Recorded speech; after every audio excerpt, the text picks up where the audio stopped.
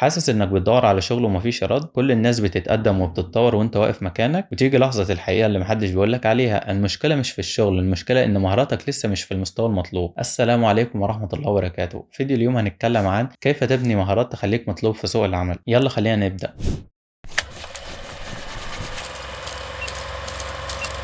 طيب الحل عندك طريق واحد، وهو إنك تطور مهاراتك، بس مش أي مهارات، المهارات اللي تخليك فعلا مطلوب. ركز معايا في 3 خطوات بسيطة ممكن تغير حياتك. أول حاجة اسأل نفسك إيه المهارات اللي عليها طلب في السوق حاليا؟ برمجة، أمن سيبراني، تصميم، مونتاج.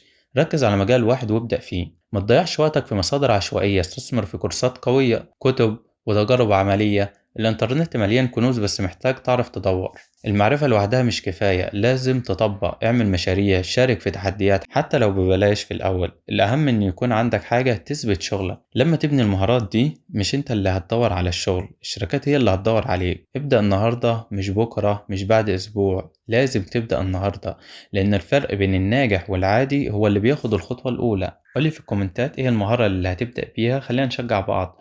ولو في مهارة معينة انتوا عايزين اشرحها لكم بالتفصيل، اكتبولي في التعليقات وإن شاء الله أشرحها لكم بالتفصيل.